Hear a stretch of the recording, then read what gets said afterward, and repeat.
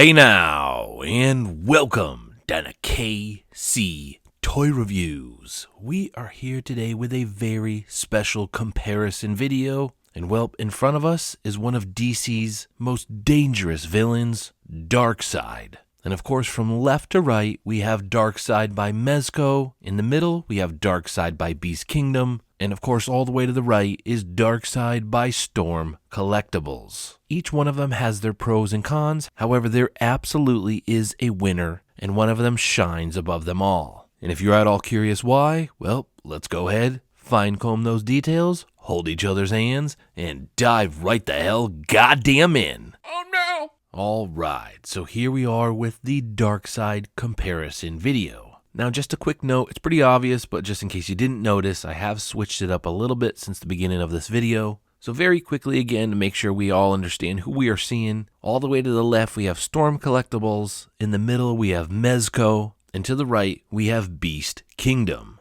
Now, I think we should get the first and most important thing out of the way, and that is scale. And oddly, I would say the scale of the Storm Collectibles in the Mezco is very perplexing. Now, the Mezco, which is up front, is classified as a 1/12 scale figure. The Storm Collectibles in the back, which is almost double the size of the Mezco, is also considered a 1/12 scale figure. I'm not sure where the hell each one of these companies is getting their scale from, but it's almost confusing when I see each one of them classified as the same thing, yet wildly different in size. And of course, we should note the one in the middle by Beast Kingdom is classified as a 1/9 scale figure. An odd scale indeed, but it makes sense that he's bigger than the Mezco. But again, weird that he's smaller than the Storm Collectibles. Unless Storm Collectibles is just classifying Darkseid as this absolute monstrous giant, I have seen other Mezco characters that scale very well with Darkseid. So I would go out on a limb and say Storm Collectibles' scale is just out of control. Now, I definitely need to note this is absolutely the first time I've seen these guys side by side, so everything you are hearing is 100% genuine. So I think the best way to do this is to start with some of the cons of each figure. I think everybody should be aware, depending on what version you end up going with, well, what's wrong with it? And with that said, let's start with the Storm Collectibles version. Now, of course, we just noted the Storm Collectibles is a 1/12 scale, which is a very odd statement given that the Mezco is also a 1/12 scale, so let's say that it's absolutely a con. Makes no sense his size is out of control unless he's basically King Kong versus Superman. And of course, this version's from Gods Among Us, the DC Mortal Kombat type game. So perhaps that version of Darkseid is a lot bigger, but I'm going to go out on a limb and say no. I think all the character models in that game are very equal in size. I don't think he's towering over the other characters. So we're definitely going to hammer in that the scale on that figure is very odd. Now, as far as the details versus the Beast Kingdom and the Mezco, I hate to say it, they're piss poor. They don't look too much different than a McFarlane figure. And at the original price point of $110, I'm not sure I would have asked for much more. I mean, don't get me wrong, they're not horrible, but they don't even compare to the Beast Kingdom or quality of the Mezco figure. The head sculpt, the paint application through these skin/rock tones is basically a joke compared to the other two figures. Now, he does have this rubber-ish suit on top of him. So just so you can see, his suit is actually pliable. Again, whether that's a good or bad thing, I think even part of it, nope, that's what friends. I think it's kind of cool. It adds a little bit more flexibility, and I think adds contrast in a way because it's actually layered and sitting on top of the figure. And the overall look of the rubber suit is McFarlane-ish level again. And that's not horrible, $110. He's pretty big, he has good details. I'm not saying that's bad, but we are comparing all of these guys with price point out of the picture. I'm going to note the price point so everybody's aware. However, they float very, very similar within a $20 to $30 range of one another. So let's get this right out of the way with the Mezco rounding out at about $180. The Beast Kingdom is $150 and the Storm Collectible being $110. And I think the price point is a good thing to note because it certainly could affect your buying decision and which Darkseid you end up going with. Now, next up in the con list, well, not like a prison con or anything that, let's focus on the Beast Kingdom. And fortunately, this figure doesn't have many cons. However, in shot, there is one glaring mistake. and that would be with the exposed joints. So yes, the exposed elbow joints on this figure are pretty atrocious. I might go as far as saying that the exposed joints on the Beast Kingdom Darkseid are the worst of the group. Side by side with the Storm Collectibles one, Storm Collectibles did a better job. Now, as we get very, very granular with that statement, the Beast Kingdom is still better articulated. I have a better bend on this versus the Storm Collectibles one. You can get this thing at a beautiful bend. So there ends up really being a trade-off. However, again, as I say that, clearly this looks really, really nice. It's smooth, it's sleek, the way they kind of transition into the arm piece there. And this is just a sloppy elbow. But it does boil down to the way they have this double jointed elbow on here. There's just a slight bit more bend in the Storm Collectibles. Again, boils down to your opinion, which one you prefer. Now, staying on the theme of articulation, well, unfortunately, Mezco, it's not just bad, it's horrible articulation. That's as good as you can get with the bend. I mean, unfortunately, that is literally as good as you can get with the bend on the articulation of that arm. The neck, fantastic. I mean, that guy's out of control. Looks like he just did a line of coke or something. I gotta go over to the library. I gotta read a book. That didn't make any sense whatsoever. But anyways, articulation on this guy.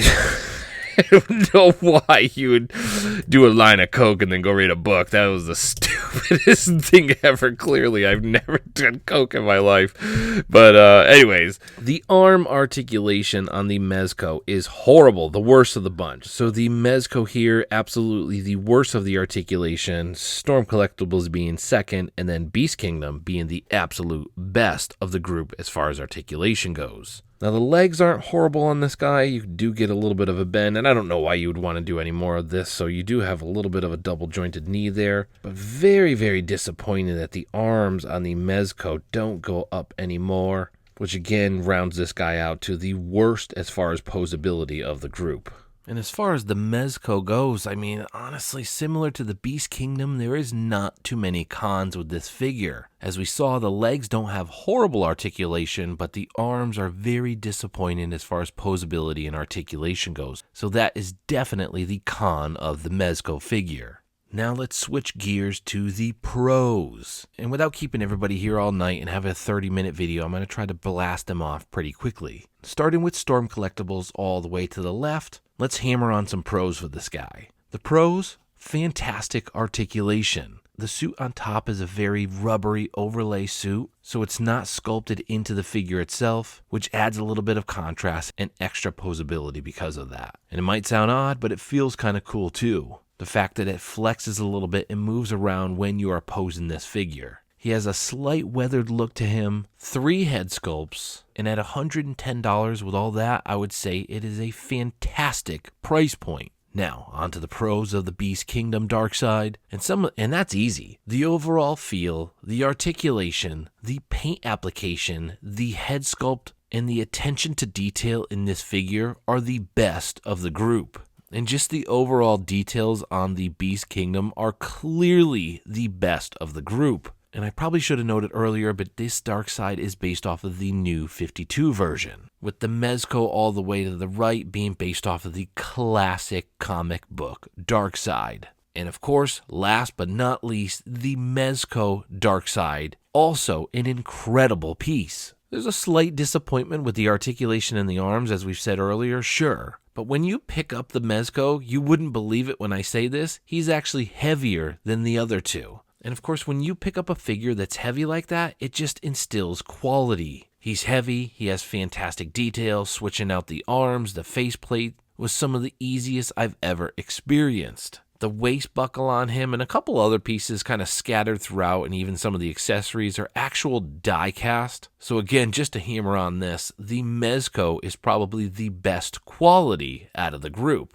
It might not look the best, it might not have the best articulation, but he absolutely is the best quality of the group. I also wanted to show off that each one of these figures comes with a very unique version of one of Darkseid's most famous powers, the Omega Beams. Obviously, whether it's the Storm Collectibles, Beast Kingdom, or Mezco, each one of them comes with a unique pattern, And out of the three, the only one that actually comes with two different pairs is the Beast Kingdom. It comes with the one that you see here and in another pattern, which is a little bit longer in length. And whether it's something you care about or not, the Storm Collectible and the Beast Kingdom, you actually just kind of shove those in the eyeball there, as opposed to the Mezco version over here. The faceplate comes sculpted with the Omega beams already in the eyes. I think it's almost irrelevant, it doesn't matter too much. However, due to the fact that the Mezco has them sculpted in the eyes and the faceplates are so easy to put on as it is, that one out of the group was clearly easier switching these things on and off. And I'm not going to take too much time here, but I just wanted to briefly take a look at all three head sculpts a little bit closer. And it's pretty obvious that the Beast Kingdom head sculpt of the three, the one in the middle, is by far the most detailed and the best looking of the group. As I mentioned earlier, the Storm Collectibles looks a little bit like a McFarlane figure. I think I've seen more detailed head sculpts from a McFarlane figure actually out there. And then all the way to the right, the Mezco. Not horrible, the very classic Darkseid look. Fantastic quality, as I will hammer in the rest of this video. But out of the three, clearly the Beast Kingdom is the best head sculpt of the three. And there we have it. Darkseid, Darkseid, and Darkseid by Storm Collectibles, Beast Kingdom, and Mezco. All three of these pieces are absolutely awesome. They each have their pros and cons. They each have a fantastic price point, which ends up balancing out some of those pros and cons. I think no matter which version you end up going with, you will absolutely be happy. Unfortunate to say, the Storm Collectibles now goes for around $150 to $180, originally at $110. Now with all that said, again, I think it's pretty obvious that I'm going to say the Beast Kingdom is the best of the group. Now the Mezco is a close second, a very close second. It's just something about the look, the paint application, the overall size and presence of the Beast Kingdom just looks the best out of the group. However, with that said, I would still say that the Mezco is the best quality of the group. Whether that makes sense or not, or even plays into your buy-in decision, it's something to definitely remember. The exposed joints on the Beast Kingdom version are certainly something to be desired, but depending on how you pose him, it is very easy to blend them and actually hide those joints.